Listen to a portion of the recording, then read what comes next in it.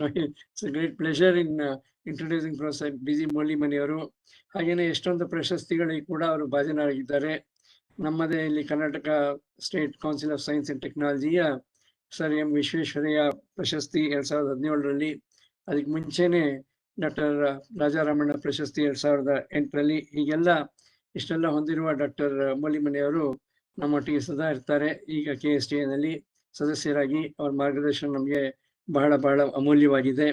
ಇವತ್ತಿನ ದಿನ ಅವರು ನಮ್ಮ ವಿದ್ಯಾರ್ಥಿ ವೃಂದವನ್ನು ಉದ್ದೇಶಿಸಿ ಬಹಳ ಒಳ್ಳೆ ಮುಖ್ಯ ವಿಷಯ ಏನಿದೆ, ಸೈನ್ಸ್ ಎ ಪರ್ಪಸ್ಫುಲ್ ಪರ್ಸ್ಯೂಟ್ ಅಂತ, ವಿಜ್ಞಾನ ಒಂದು ಧ್ಯೇಯಯುಕ್ತ ಅನ್ವೇಷಣೆ ಅಂತ ಅದ್ರ ಬಗ್ಗೆ ಮಾತನಾಡಲಿಕ್ಕೆ ಒಪ್ಕೊಂಡಿದ್ದಕ್ಕೆ ಅಕಾಡೆಮಿ ಕಡೆಯಿಂದ ಹೃತ್ಪೂರ್ವಕ ಧನ್ಯವಾದಗಳು.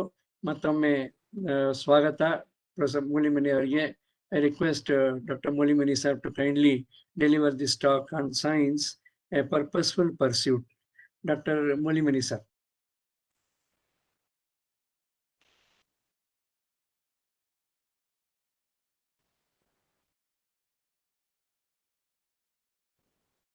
Thank you very much, Professor Ayappan. Can you hear me, Ramesh? Yes, sir. It's clear, sir. Yes, sir. Yeah. First of all, I would like to express my gratitude to Professor Ayappan, Dr. Ramesh, and all the members associated with Karnataka Science and Technology Academy for giving me this opportunity of addressing the students, particularly pre-university students. And along with the students, we have this Satirati Martigalantarla. So I feel a little hesitant to really speak. So I have chosen this topic, as Professor Ayappan said, with a purpose. I have not prepared any slides or anything. I will be just addressing them orally.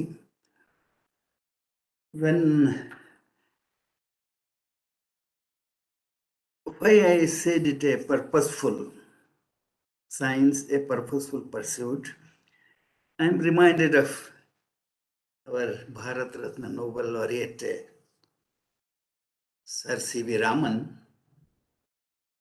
I was just reading in the book A Journey into Light by Professor Venkat Raman about the books which influenced Professor Raman. Because most of our students should read the biographies of great scientists, particularly Indian scientists, because we will be working in this atmosphere. So it's better to know how our great scientists struggled and contributed a lot to science as well as to the development of the country. So Professor Raman was influenced first by a book, Light of Asia, by Edwin Arnold. It is about Siddhartha. It is a search for truth. The whole thing which appealed to Raman was everybody should have an ideal, and that ideal for Raman was search for truth. He thought when Buddha, that is Siddhartha, can leave entire empire for the sake of truth, why can't he really sacrifice himself for the pursuit of science with a purpose to, kind of establish the scientific culture in the country, leaving his very lucrative job of Assistant Accountant General in Calcutta. He did it and he succeeded in it. And for the work he did there, he got the Nobel Prize. And we must understand, go through the biography of Raman to understand how much he sacrificed, how did he work, what were his goals and all those things. That is with regard to search for truth. That is one purpose. That is a noble pursuit. And the second book he says, which influenced him, The Elements of Euclid. It's all about geometry. You pursue truth and you want also to pursue beauty. geometry is full of beauty. When we see it, it is aesthetic beauty, wonderful circle, ellipses, whatnot. So that is aesthetic beauty one pursues. That is the human internal urge. And the other thing is this intellectual beauty when geometry is used to describe many of the systems in the universe, like solar system and other things. So here we are pursuing both aesthetic and intellectual beauty. That is the second aspect. And third book, he says, which influenced him as a researcher, Raman was interested in musical instruments. He read The Sensation of Tones by the great person Hermann von Helmholtz. From that book, he picked up research techniques, research problems. In his life later, he also contributed to the science of musical instruments. So the whole point is Raman's pursuit for science, beauty, that is truth, that beauty. I don't know, some English poet said, Keats or somebody, beauty is truth, truth is beauty. What else is there in this world? If not, we are pursuing truth and beauty. That we do it, it's all okay. So the point is, nowadays, we're talking about knowledge century. Knowledge century, our saints and seers have always said, and which has even been used as a logo for some of the universities, na hi gnanena sadrisham. Na hi gnanena sadrisham. Nothing comparable to knowledge. I think Mysore University has that logo. Gulbarga University had Vidya Amruta. Belgaum has Vidwan Sarvatra Pujyate. They picked it up from Bhartrhari's, last stanza of a stotra. That is, Swagraha Pujyate Jaishta. Swagraha me Pujyate Prabhu. Swadeshe Pujyate Raja. Vidwan Sarvatra Pujyate.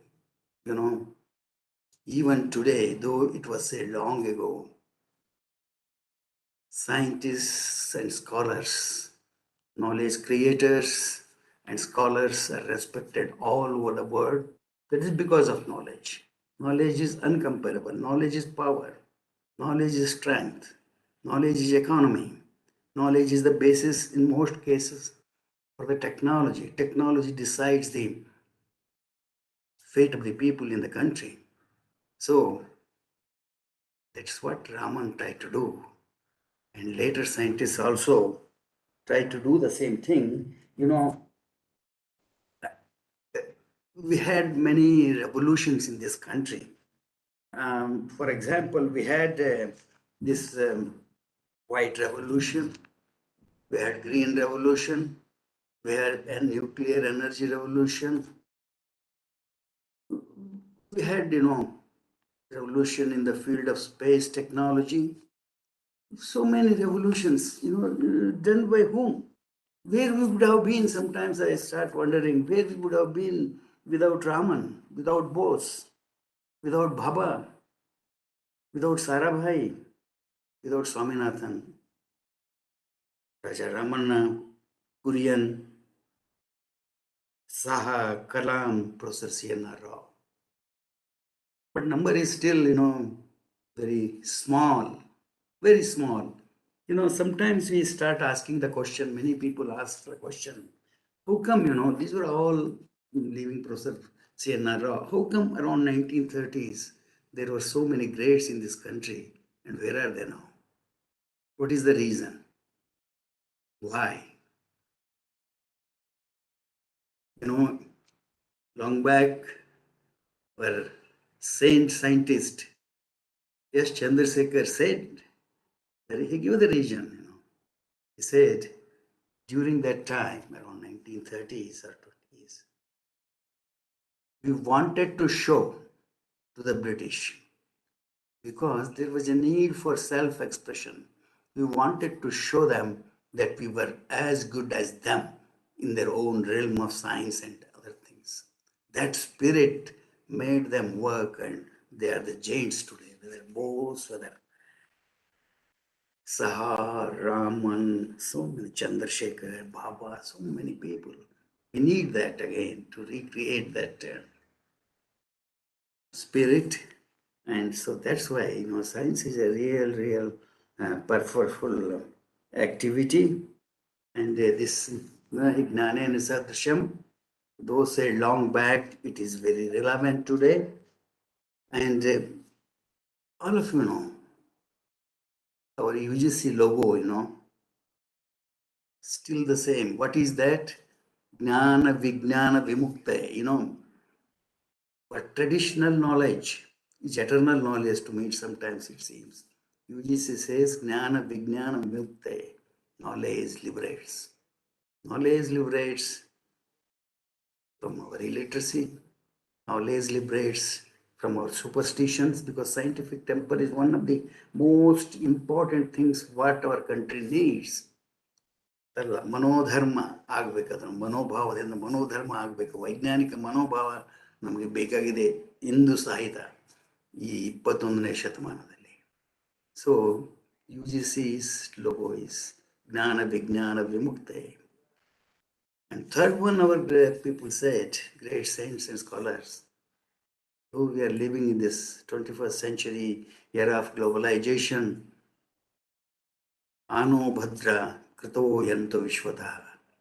Let noble thoughts come to us from all sides in this globalization era.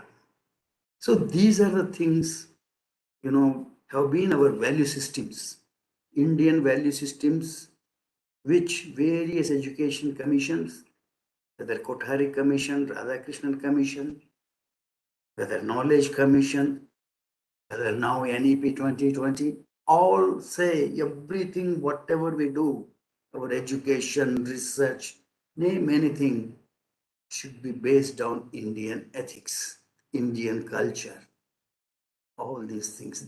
That is the way we should,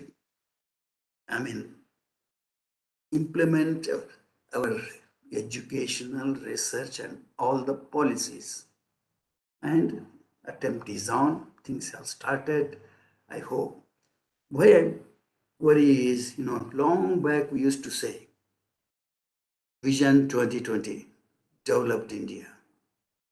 2020 is there, but still we are a developing country. There are so many third world countries. When we will be developed country? And we say we have so many advantages, youngsters.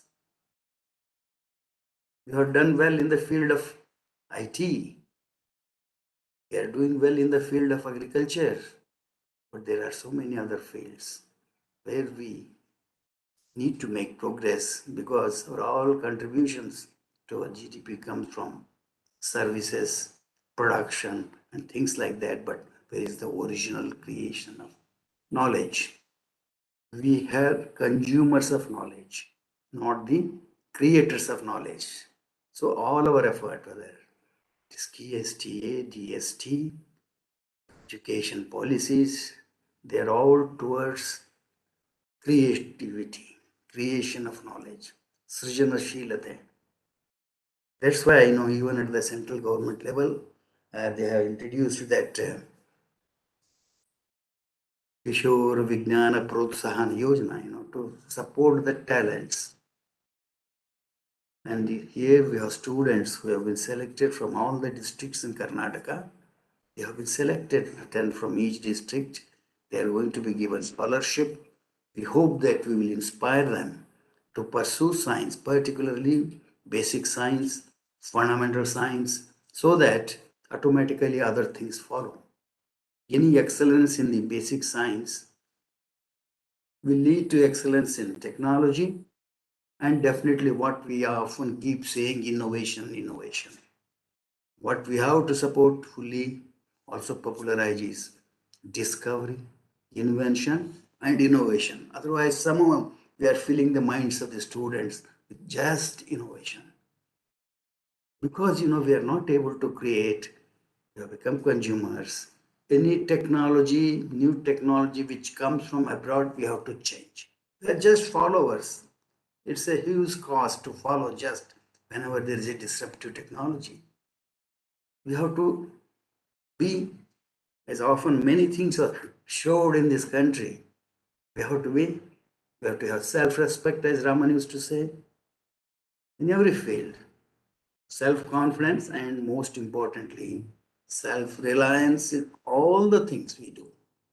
That is the need of the hour, and that is only possible when we have excellence in education, we are excellent in knowledge creation, excellent in fundamentals, excellent in contribution to basic sciences. So we have to attract the talent, creative people to this field so that we can really say we are a part of knowledge century, and we are equal partners in this, because you know that man is a thinking animal. Descartes said, I think, therefore I am. Thinking is the essence of everything. You know, what is science? Today I'm talking about science. Science, one can define in many ways. But I would like to say science is everyday refinement of our thinking. Everyday refinement of our thinking in every field. Refinement. Earlier we used to think, everything goes around the earth. We refined it to, sun-centered system. Earlier we used to say Newton's laws are the final things. Then we said, okay, further improvement is Einstein's general theory of relativity at higher velocities. We have quantum theory when we look at the very, very small things, not the Newtonian things. So this macroscopic to microscopic level, over a period of time, science has advanced tremendously. Still, the frontiers of knowledge are on the move at such a rapid rate that today's discovery becomes tomorrow the mental furniture of every research worker. Within a month, graduate students will be following. Within a year, it will be in the schools. So our students should, they are nearing the 18, where they can vote. They are mature, much more mature than earlier students, Today's youth are different. Their exposure is more. They can think much more than what we used to do. So it's very essential that they grasp this in every field. Everyday refinement of our thinking is science. And who is a scientist? Of course, a scientist is one who does science, that is different. But scientist is one who asks the right question. I want to emphasize this to students, who asks the right question. Asking right question and thinking. These are the two essential qualities our students must cultivate. I have been noticing for last more than a month various webinars. Hardly any student asks a question. They must know that there are no stupid questions. There can be stupid answers. They need not be afraid of asking questions.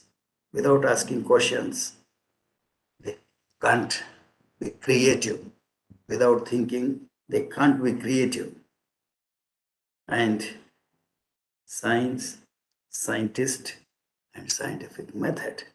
Scientific method is all about facts and observations, hypothesis, experiments, analysis, theory, laws, predictions, universality, limits of validity. Why I am saying this is last three things.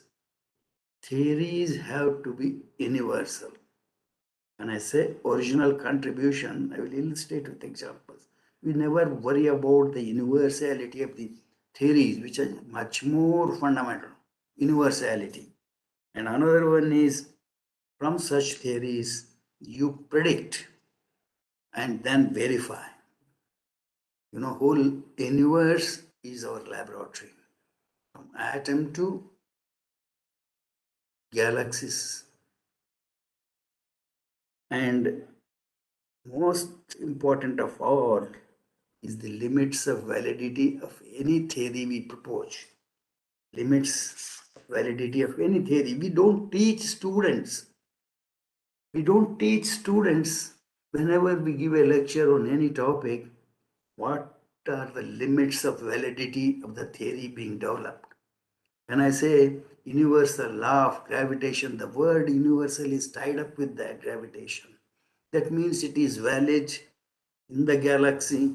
It is valid when a stone falls on the earth. It is valid for the attraction between the earth and the moon. So we have to tell them where it is valued. If you are teaching pendulum, you know, what is that expression T is equal to 2 pi under root L by G.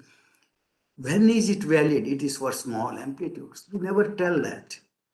So we should be aware of the limits of validity of any theory in anything, whether it's physics, chemistry, biology, anything. Then only the job of a scientist. The values of science are in extending the range of validity. Just the way Einstein extended the range of validity of Newton's laws. Tomorrow somebody may extend the validity of range of the Einstein's laws. So these are the things, predictions, universality, limits of validity, we have to teach the students. That leads to original thinking, not just rote learning. Rote learning is at the root of rot in education. We have to realize that there is no creativity in rote learning. No. When we talk about learning, there are two types: self-taught and taught. Those students who are taught by teachers, just like the way we teach nowadays, they can't be creative. They can't be having inquiring mind. But those who are self-taught, they have inquiring mind. They have creative mind. This is very, very important. So our education policy takes into account, changes the various ways of teaching, learning, evaluation, such that it is now student-centric and there is this development of inquiring mind so that we can survive in knowledge century as equal partners with others elsewhere in the world. Now, the question is, India is a country of villages. Let us not forget, India is not just Bangalore, Bombay, Madras, things like that. One has to see the villages, their needs, their problems, their solutions. After all, not only that, in the context of a nation, when we think we have to worry about various issues, whether it's food, whether it's empowerment, whether it's education, whether it is health, whether it is nation security, whether it's clean water, whether it is renewable energy sources, whether it's climate change. In all these areas, we have to contribute and be self-reliant. We all remember when SLV3 was being put into operation at that time. Kalam needed some beryllium products for guidance system. He approached everybody, Japan, America, nobody gave him. They said no, no, no. But later he found out that ore is being exported from India to these countries. Then he decided we should have our own processing system that they set up in Wasi in Bombay. Then his statement came, technology denied is technology gained. So that's why I'm emphasizing this self-reliance. So our students are not kids. We should put into their mind this national pride of self-reliance, self-respect, self-confidence, because only youngsters can contribute creatively much more than others. We know that Nobel Prizes go to mostly for the work done in younger age, a fertile mind, creative mind, a thinking mind, a mind which asks questions without any inhibition. And in mathematics, my God, it is said it's a young man's game. Mathematics is something fantastic. And it's a young man's game. Look at Ramanujan. Hardly any mathematician is there who has contributed more, something original after 42. They think so. They may do routine contributions. So we have KSTA, GST, we are trying to catch the young and inculcate this culture of thinking, asking questions, creativity, invention, discovery, and innovation. This is this culture has to be developed all over the country. As I was saying, we are a country of villages. One has to go and see the schools in villages. One has to go and see the problems of water, problems of health, so many things in villages. And so this knowledge generation, our education policies, whatever we do, whatever technology we develop, should meet these needs. Women empowerment, so many things we have to do that. That is the necessity. In that direction, the way KSTA is working, it's great.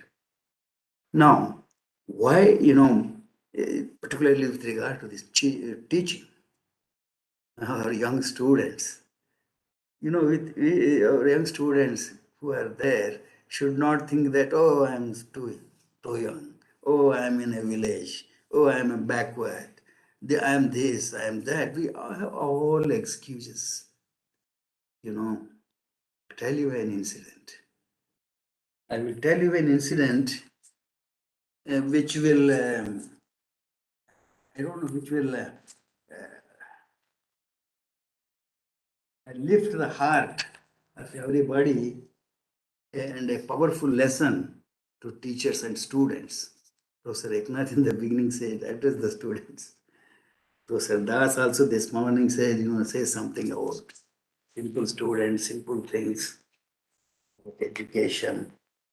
So, and it's not an anecdote, it's a fact which happened in Tanzania, an African country. This happened in 1963. It's an anecdote to lift the heart and a powerful lesson to teachers and students. That is science teaching, in the context of science teaching. There was a student, this is in 1963, Erasto B. Mapemba, at secondary school in Tanzania. During a physics lesson, they were making ice cream. He observed his boiling ice cream mixture froze quicker than his friend's more tepid mixture, and both were placed in the freezer at the same time. Boiling mixture and other mixture at a lower temperature. To his surprise, what he found that the boiling mixture froze quicker than his friend's tepid mixture, a mixture which was at lower temperature. This surprised this Mapemba. Many of his students, many of his teachers brushed it off as a joke, but Mapemba's conviction in the truth of his observations was strong. What I want is students who get wonderful ideas should try to verify and a strong conviction in their idea, in the truth they think, in the observations they do must be strong. This remained there. Mapemba entered high school. He again asked his teacher who was teaching the topic heat, why hotter ice cream freezes faster? Why hotter ice cream freezes faster? Everybody ridiculed Mapemba and they said he is talking about Mapemba physics. They ridiculed him. In spite of this, Mapemba persisted. He experimented further with water in the beakers and his findings proved the same as before. No change in the scenario. One day, Dr. Osborne, a professor at the University College of Dar es Salaam, visited the school. At the end of the session of a lecture, he invited questions from the students. Nobody asked the question, but Mapemba bravely asked. He said, if you take two similar containers with equal volumes of water, one at 35 degrees centigrade and the other at 100 degrees centigrade, put them into the refrigerator, the one that started at 100 degrees freezes fast. Why? See, the audience, they started laughing, usually the way we do, but Professor Osborne was a real professor. He said he will try this experiment himself. He promised, and also he realized the need to encourage students to develop questioning and critical attitudes. Questioning and critical attitudes. We have to encourage, and there could be a danger in authoritarian physics, authoritarian chemistry, whatever authoritarian teachers say, sit down. But Osborne said he will try when he goes back to university. He went back to university. He put his research students on this problem, simple problem, and he himself tried, and they find the same result. And there was no explanation in the scientific literature for this effect, so-called. Then Professor Osborne wrote a paper on this along with Mapemba. It was published in a UK journal in 1969. And it appeared with a request for readers to provide explanation for this effect, Mapemba effect. If you go on the net, you will see many, many papers on this Mapemba effect. One wonders, this puzzle had bothered many greats in the past. This problem had bothered Aristotle. This problem had bothered Francis Bacon. This problem had bothered René Descartes. Since 1969, when the paper appeared in UK, many explanations have been put forward, but none have been proven. So, what happened in 2012? June, Royal Society of Chemistry in England began a competition to find out the best and most creative explanation for the Mapemba effect. Must all admire the tenacity and the self-belief of Mapemba. That is what our students need to encourage this, what we need to do as teachers too. The Royal Society of Chemistry even announced a prize of £1,000 for the best and most creative explanation. You'll be surprised to know that 22,000 entries were received for the competition. They were whittled down to just 11 finalists by a panel of expert judges. That's great academicians. And the winner of the competition was Nikola Brzovic from University of Zagreb, Croatia. and this was announced in June 2013. But the point is, explanations are still coming. So that is the point, even what we think as a simple observation, it will give rise to great science if it is pursued continuously with determination, conviction.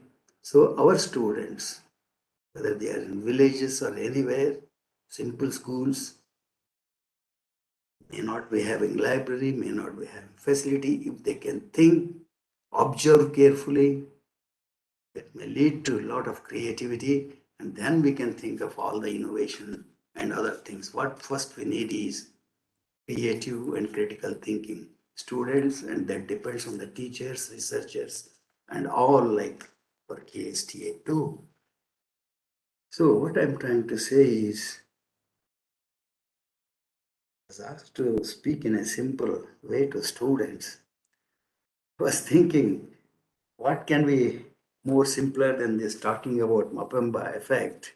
If anybody wants a much simpler thing, I always remember the two lines, which small kids learn first in the whatever LKG or something somewhere.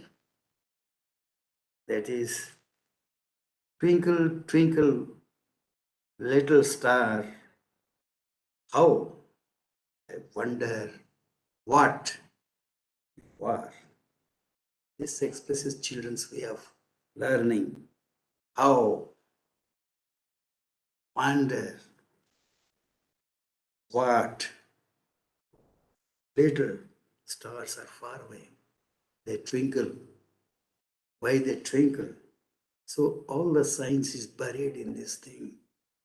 If we can, make the students realize the importance of asking questions, what, why, how, things like that. Because just understand that children ask questions, sometimes very, very original questions. They ask why questions. They are much more important than what and how questions. So children and science belong together. That is but children are curious ability to wonder. They are very, very important facets of education. And we have to ensure that we cultivate that habits, ability to wonder, be curious, ask questions, think. This asking questions. Okay. I will tell you another one incident. I think about Bohr's barometer. This is a very interesting thing. A lot of discussion goes on in various fields, starting from business management to all kinds of things. There was a question at the kind of pre-university level. Question was, all of us know what is a barometer is. Question was, show how it is possible to determine the height of a tall building with the aid of a barometer. Using barometer, how can we measure the height of a tall building? The student was appearing for the examination at the University of Copenhagen, Sweden. He wrote the answer. The answer was, take the barometer to the top of the building, attach a long rope to it, lower the barometer to the street, then bring it up, measuring the length of the rope or the thread along with the length of the barometer. And the length of the rope plus the length of the barometer gives the height of the building. Absolutely correct answer. Nobody can question that. Scientifically also correct answer. But the examiner was not happy. He wanted the student to exhibit some minimum knowledge of physics. Then he thought he can't fail him. Then he said to the student, I will give one more chance. He give answer which is, consistent with some knowledge in physics. Then he was given 5 to 10 minutes. After 5-6 minutes, examiner asked, did you find the answer? He says, I have too many answers. I don't know how to write all the answers. He said, what are those answers? The student said, go to the top of the building, drop the barometer,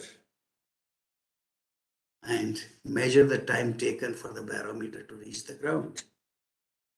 There is a simple formula which every PUC student knows. D is equal to 1 by 280 square. ST is the time. The examiner agreed that this satisfied the requirement. But barometer is gone, that's a different story. The student said, I have also other answers. What are those answers? He said, on a sunny day, building casts a shadow. Put the barometer there vertically. The length of the shadows will be in proportion to the height of the building and length of the barometer. Measure it, very simple, perfect. Another very creative answer. If you want another answer, he said, student, take the barometer like a scale. Go on marking along the length of the building. Always there will be stairs for big buildings. So you measure it that way by counting the number of marks. That's also a good answer. And he said, if you want a little more physics, convert the barometer into a pendulum by tying a string to it and measure the period of the pendulum on the top of the building and on the ground. The difference in the period gives you the length of the building. Simple formula, T is equal to 2 pi L by G. So this is also good. Then the student said, you people always want us to think out of the box. I have another answer.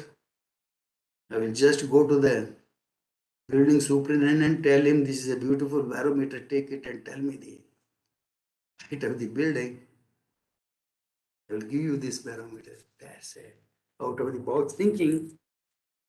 Then the student said, I know what answer you are asking to the teacher. Barometer is used to measure the pressure. So, you want me to measure the pressure on the top of the building, measure the pressure at the bottom of the building. Difference in the pressure gives me the height of the building. This is the answer. The way we set the question, just they are functional, particular thing for a particular thing. There is no scope for students to think too much. Here the student is thinking too many things. That is the way students should think. All were correct answers. So, what this illustrates, the student was the Bohr, the great Bohr who gave the Bohr's atom, And today this is known as Bohr's Barometer Problem, and it is being used how to set question papers. So many other things. It is very, very important thing. On the net, you can again see a lot of discussions in a lot of fields, this barometer issue. The way how one thinks, functional fixedness need not be the case. So, this thinking and asking questions is very, very important. Students at the level of pre-university, they can think, they can contribute. Now, there are around 15 minutes are there. I'll make it little kind of national political, international, because we are living in an era of globalization. On 23rd May 2002, Honorable Prime Minister of Britain, Tony Blair, delivered a speech at the Royal Society of London. It was the first time that a Prime Minister had addressed the society. The title of his talk was Science Matters. So he started his speech. He said, the idea of making this speech has been in my mind for some time.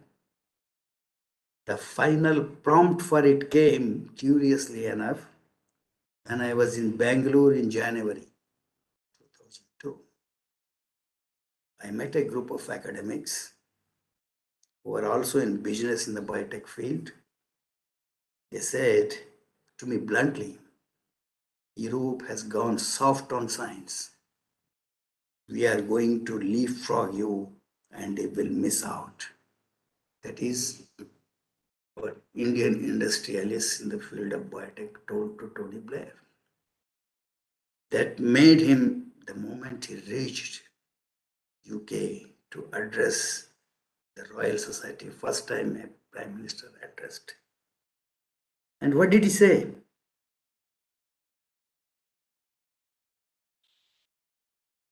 He spoke in detail on the role of science and scientists in Britain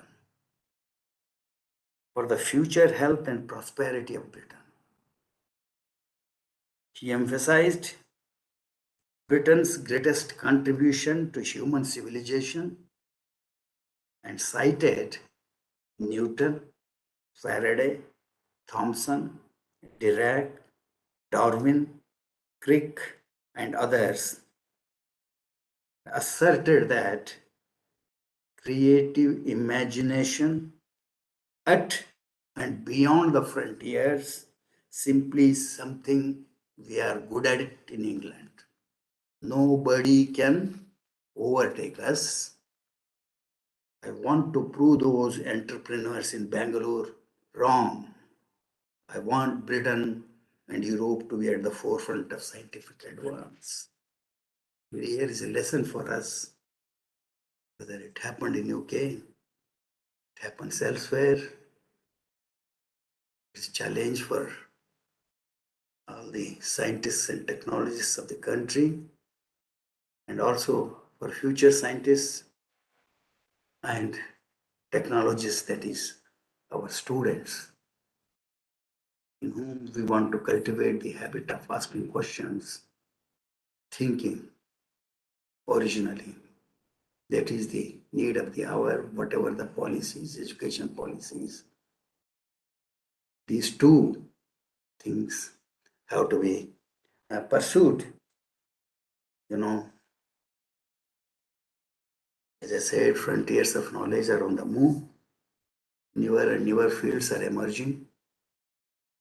And you don't know. We are creating actually future here. You know, whenever we say 21st century means we are already there.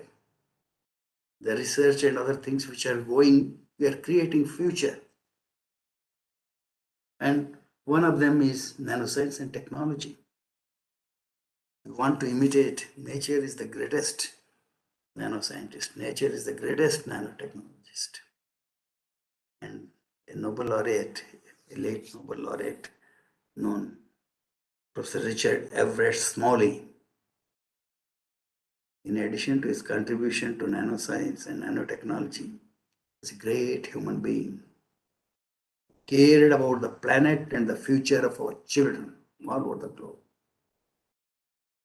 He was very passionate about students making a difference in a world that needs technology to mitigate the challenges that face humanity in the 21st century.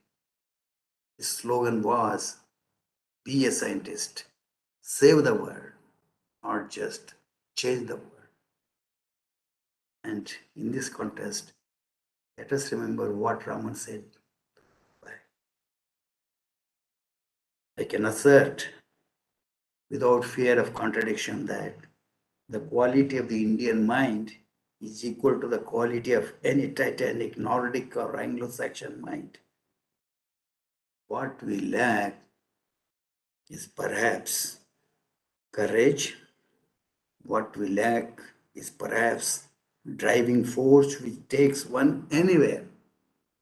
I think what is needed in India today is the destruction of that defeatist spirit. We need a spirit of victory, a spirit that will carry us onto our rightful place in the world, a spirit which recognize that we, as inheritors of great culture, can stand up, compete. As Chandrasekhar shared, there is a need for self-expression again, and we can do it. We can show to the world that we are up to the mark, and we are self-confident, self-reliant. That is the need of the hour that we will do. Now, I will just say one or two more things. When we say this science, whether it's physics, it is biology, whatever it is, I said in a purposeful thing, purposeful pursuit. In that pursuit, we have search for truth, search for beauty, search for creativity, so many things. So whatever the subject, that subject has to be tied up with mathematics. Mathematics is a study by meditation. Physics and other studies are just studies of nature. And tremendous motivation for human beings come from internal urge. And that internal urge is search for beauty. Poincare, contemporary of Einstein, said that whoever they may be, in the world, wherever they may be, highly educated, highly sophisticated, or whatnot, the students, the motivation is quest for beauty in science, quest for beauty in science, because after all, science is a quest, science is an exploration, science is discovery, science is invention, science is innovation, science is our culture, science is our living. And you want everything to be beautiful. What do you mean by beautiful? Why that word beauty motivates us? We talk about beautiful mind in the context of Nash, who got the Nobel Prize for economics. We talk about a beautiful equation, we talk about a beautiful flower, beautiful person, beautiful music. What is that beauty? So such entities have to be put into the minds of students so that they can be good scholars, good human beings, highly cultured, not just necessarily civilized. So the most important thing for this motivation, quest for beauty in science, was quoted by Poincare, a great mathematician, contemporary of Einstein. He said, scientist does not study nature because it is useful to do so. He studies it because he takes pleasure in it. And he takes pleasure in it because it is beautiful. If nature were not beautiful, it would not be worth knowing. Life would not be worth living. I mean, the intimate beauty which comes from the harmonious order of its parts, which only a pure intelligence can grasp. So that is the kind of thing, pursuit of beauty, pursuit of truth, what we call Satyam, Shivam, Sundaram, pursuit of spirituality in our own work. I'm not talking about religion or anything. A scientist who is deeply involved Ramanujan was highly spiritual. Raman was highly spiritual. Einstein was highly spiritual. So mathematics defines all these things, and every science has to be mathematized, made it quantitative. So whenever we teach any course, mathematics should be a compulsory part of it. In engineer, it should be taught all the way till the end. A sociologist should learn, a biologist should learn mathematics. Even a poet should learn mathematics.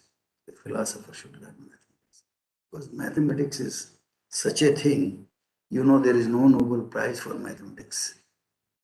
They give a field medal that is equivalent to math Nobel Prize, may not be in money. What is written on that medal, do you know? Rise above oneself and grasp the world. That is the real motto of mathematics. We need persons of that caliber, that Ramanujan was, Bhaskara was, Brahmagupta was. We need all those people who have contributed. We should remember them. We should study how they did it. What was the devotion? What was the perseverance? What was the time scale on which they did? Because mathematics represents truth. Mathematics represents supreme beauty. Mathematics is sublimely pure and capable of stern perfection. So, this combination of mathematics and all the sciences together, even social sciences, I would say, then we will find our own place. Just remember our past, remember our glory, remember our culture. Culture is what we are, civilization is what we have. We can have anything, but we need to be cultured. Culture is knowledge creation, not just information. This is an information era where a lot of work has to be done to synthesize the information into knowledge. Of course, wisdom automatically follows later. So these are the things. Now, finally, I'll take 2 more minutes with the permission of the chair. Frontiers of knowledge are on the move. We don't know what kind of new things will come. So, 3 things happened. When this magazine Science, brought out by American Association for Advancement of Science, when it completed 125 years of its publication, said, let us find out what are those 20, at least what are the 25 things, important things, which will be realized in next 50 years. Nature, at the beginning of the millennium, said, what science will be like in 2050. They made a list of things. This magazine Science made a list of things and challenges to be overcome. And a great scientist who is working on what Einstein was attempting, theory of everything on working, he talks about physics of the impossible. What are those impossible things which we want to really make them possible? If you look at the past, whenever an expert says this is not possible, never believe they have been proved wrong. I can give you hundreds of instances. So let us look at those impossible things. That's why in the beginning I say, let us know the limits of validity of our theories. Expound that limits.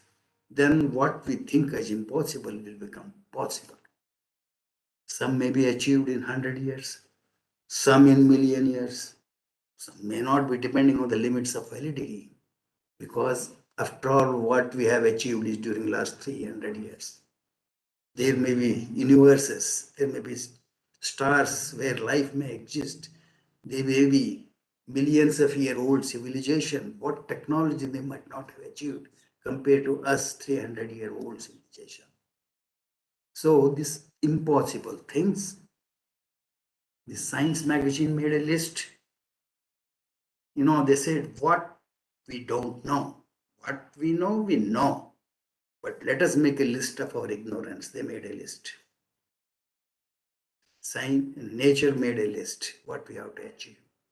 And this Michio Kaku, who is trying to solve the problem, theory of everything, theory of strings, he wrote a book, Physics of the Impossible. It's a matter of time. When we analyze these limits on our theories, we maybe, those who have seen this Harry Potter's films and other things, students will know, walk through the walls. Already a lot of work is being done to become invisible. Metamaterials are being invented, become invisible, like in our mythology. Or we can travel faster than the velocity of light to some other thing. When we say invisible, that is negative refractive index metamaterials. A lot of work has been done on teleportation. It has shown signs of success. They have transported atom from one place to another. We used to see in our movie, in our mythology, people, vanish in one place. And so teleportation, telekinesis, telepathy, these are the possibilities. It's a matter of time. They may be achieved in next to 100 years. We have rockets working on matter, antimatter. When they annihilate, generate a lot of energy, and rockets can travel faster than the velocity of light. Elsewhere, the science fiction writers discuss with the scientists what are the principles, what are the limits. Many times they have suggested the things which scientists have pursued and found it. That has happened. Quote last event, one incident and close. All of you might have heard Jules Verne, an author, French author. Sometimes in the 1860 or so, he wrote a book, What Paris Will Be in 1960. Unfortunately, he died. The book was left there, but recently, around 1994, his great grandson found it and published for the first time. So, in that book, What Paris Will Be in 1960 or so, all the things were listed, fax machine, and whatever we see, long distance communications, so many things. How come he was able to write that novel? How come he was able to imagine the shape of the things to come? Because he was always surrounded by scientists. He was always picking their brains. And he was good in fundamentals, fundamental laws, basics. He knew the limitations of the theories that made him to write about those things. And that's what scientists are doing, to know the limitations of our theories, enhance them, then achieve what is not possible.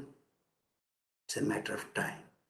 So these things, I would like to once again thank Professor Ayyappan, Dr. Ramesh, and all the others. I really am grateful to all my colleagues on the KSTA, Professor Saidapur, Professor Das, Professor Ranganath, Professor Eknath, everybody for their patience. Maybe I spoke, to at a very qualitative level, didn't give because no longer I'm an active scientist. My interests are science popularization, that too in backward regions. So with these things, I'd like to close. Thank you, Professor Ayyappan, and everybody. Grateful. Thank you, sir. Thank you very much. So very grateful to you. It was, a moving saga that you took us to a different world altogether. With you synthesized everything and the kind of lifelong experience and the emotions that you brought today in your talk. The science could be so exciting and so humane. That's what you brought before us. Immense gratitude to you. No words not adequate to thank you for this wonderful talk. At this time, we already have some questions coming on the chat. Somebody has asked, one of our students, I believe, They said time machine. Is it a fact? Yeah. Would you like to say It's something? a matter, the basics are such that time machine may be realized in matter of 100, 200, 300 years. The basics are clear. Whatever science, is required, it is in place. Time machine that H.G. Wells described, it is possible. It is one of the things which is possible, just like teleportation, just like telekinesis. It is possible. Scientists have realized. And they can refer that to Michio Kaku's book, Physics of the Impossible, Varieties of Impossible Things, What Are the Limitations? It is possible, matter of time, because simultaneously some other technologies have to develop. The science keeps its own timing. When we look at many things, they have appeared at appropriate times, and time machine is possible. It's possible. In principle, it is possible with the existing science. Thank you, sir. Now it's open for remarks, questions, discussion. Anyone can start. Uh, our esteemed colleagues, student friends. Student friends, you have a luminary before you. Can ask anything. There is one question from the audience. It's what about the grandfather paradox?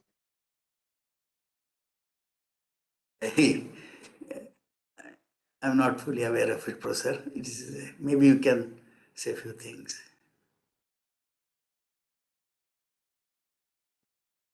Professor Eknath, can you throw light on that? No, sir, I'm not aware of it, but I would be happy to know from the esteemed professor there that Yeah, what is the yes. grandfather If there effect. are anybody others can throw light.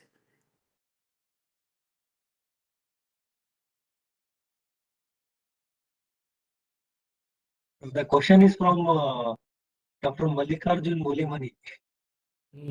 I say, I will talk to him. Okay. Thank you. Thank you. Professor, this morning Kushal Das, he's not raising the question here. He had sent me a thing. Say something about engineers too. We always thought basic science and derived science, not applied science. We talk today applied science. Nowadays, lot of fundamental things, basic science results are coming from the engineering side. This science and technology are reinforcing each other. For example, I give you the greatest example, greatest. People are always thought about origin of the universe. Theory is Big Bang. From a point, explosion occurred, and universe is now expanding. It is an expanding universe. Now, how come we came to know that it is an expanding universe? Big Bang occurred 13 billion years ago. Even we know what happened during 10 to the power minus 34 seconds after that Big Bang. So, in Bell Laboratory, people were studying noise, various kinds of noises in electrical circuits, which we call like Johnson noise, electrical circuits, radio, and other things which come. That's one important discovery. And another one, we were receiving radio waves from some galaxy. And then they traced it to Milky Way, our own galaxy. And actually that started radio astronomy. Technological problem, studying the noise led to radio astronomy. A technological problem, just studying the usual noise when a current flows through a circuit, that's a Johnson night, great result in statistical physics. And what is most important is noise was coming in microwave region from all the directions in the universe. Microwave radiation. This was detected by Hubble. He died before he received his Nobel Prize. This Microwave radiation was the radiation associated with the explosion. And so many other experiments like Doppler effect and other things detected that. Still they detect it. So that led to this belief in the Big Bang theory. Even when you switch off the TV or star, you can see those the fight. They're all that radiation coming from the origin of the universe. You are seeing on the TV that. That is amazing. So here, most fundamental things which we call as basics have come from technology. So engineering students, other day also somebody asked, even if you join our space program, there will be a lot of science, a lot of engineering. Similarly, if they join anything, engineering and science reinforce each other. That is the way this education is changing. Students, if anything they pursue in depth, it's perfectly fine, whether it is medical science, whether it's agricultural science, anything. Science and technology reinforce each other. Nano science and technology is one clear example. Thank you, Professor. Thank you, sir. Sir, I just like to have one thing to you, because you have very clearly mentioned, and very importantly, which I feel at the end, that the importance of a mathematics specifically in the basic science to applied science, this is one of the factor. But in India, and even you mentioned the literature also required to understand the mathematics. This is one of the reasons which, in my own experience, and I think that August panelists are here were the scholars, and they know very well more than me. My own experience as a teacher and student in UK universities, which I find the difference of a doctor of India and them is mathematics. There are 4 universities, medical school, Oxford, Cambridge, University College London and Imperial.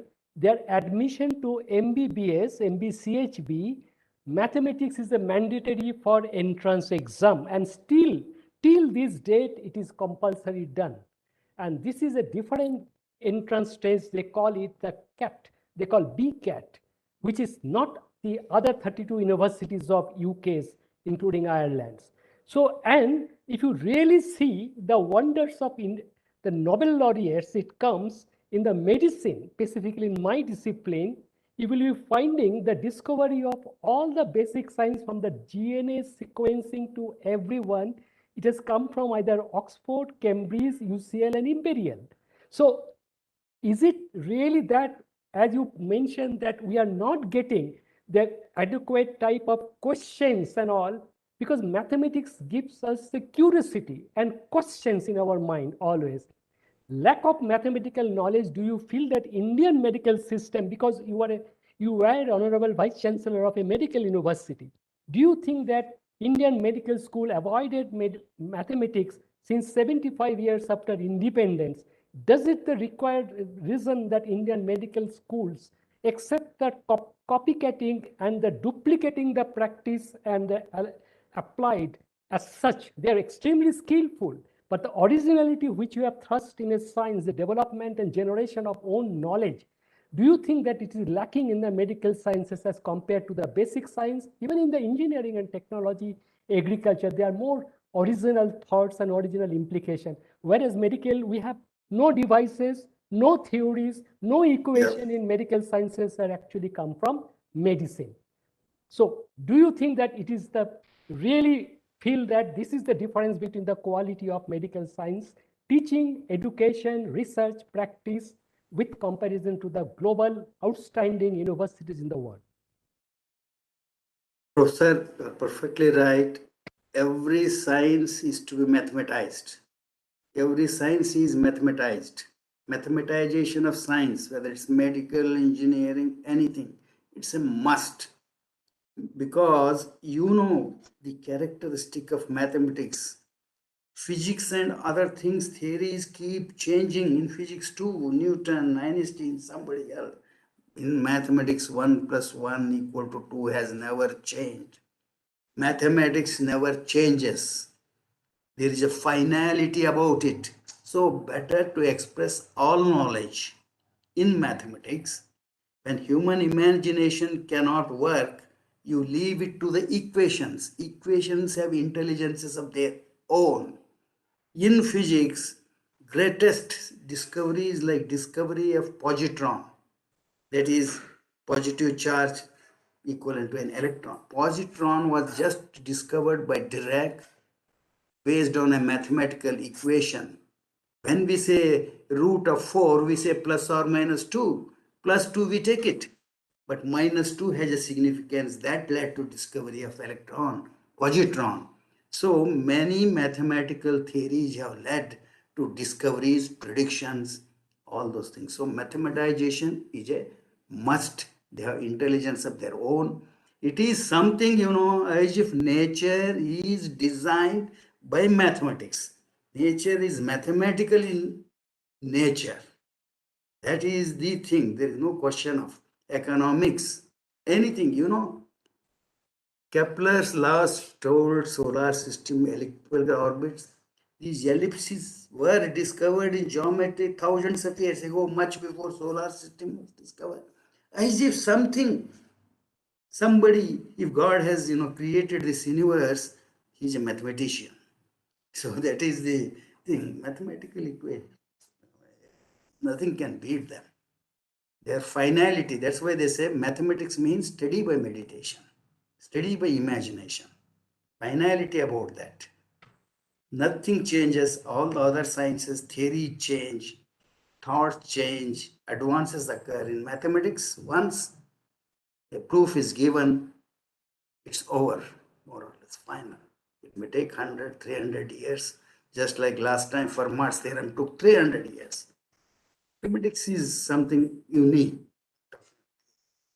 So for every subject, mathematics is a must. It should be included. Otherwise, you will not make any progress. Don't think quantitatively.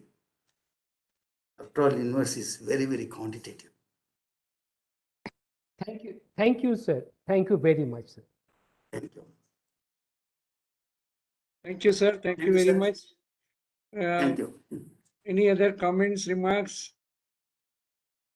Yeah, thank you so much, sir. Very inspiring and motivating. Sir, Immense. thank you for giving me more time. I'm grateful.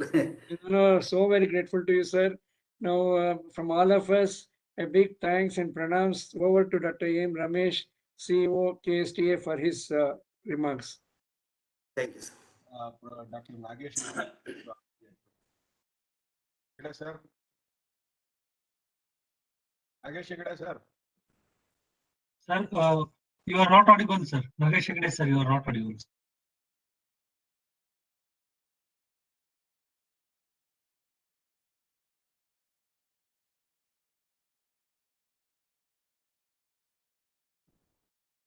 Nagesh Hegde, sir. Nagesh Hegde ಅವರೇ ದಯವಿಟ್ಟು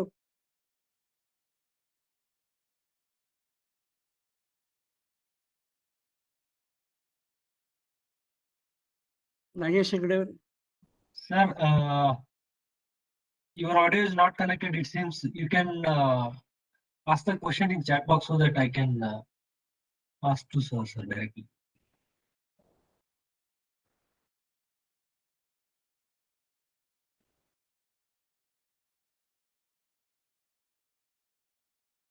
ಬರ್ತಾ ಇಲ್ಲ doctor Ramesh, please.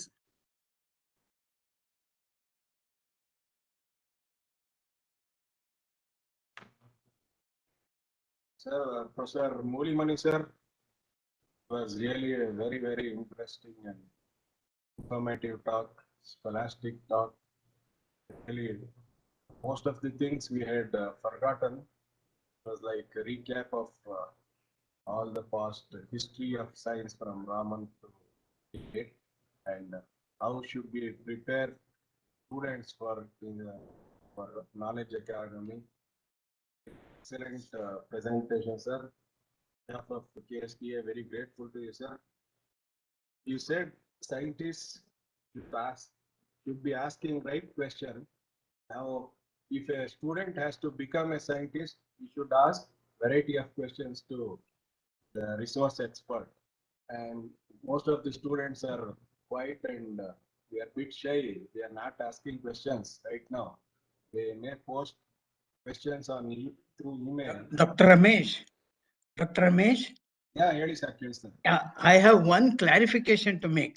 Somebody had asked the question, what is that grandfather's thing? And nobody could, that question was left out. Yes, sir. The grandfather's paradox. Yes, that is connected to what the Professor Mulimani told about atomic teleportation. Grandfather's paradox is, imagine you are a young man, you get into a time machine and go back in history and murder your own grandfather. And then you will not be born. That is the paradox. Actually, the question should not have been, that is not the correct question, because he may not be grandfather at all. It should have been actually grandmother. Mother can only be the correct one. Anyway, that is the, Thank I you. just wanted to make that little clarification. That's all. Thank you. Thanks, Nageshwar. Thank you. Thank you very much, sir. We should ensure that our PU students should be more creative and they should not leave behind mathematics. If they have to study for NEET, most of them will leave mathematics and only concentrate on PCB. But through this interactive session, I urge all the students to give equal importance to mathematics, and give equal importance. They will succeed in every field, not only in physics, chemistry, or biology, even in mathematics and engineering. They all succeed. That is the message that our honorable member of KSTA, Professor Mulimani sir, has given. I wish all of you take note of it and study mathematics very seriously.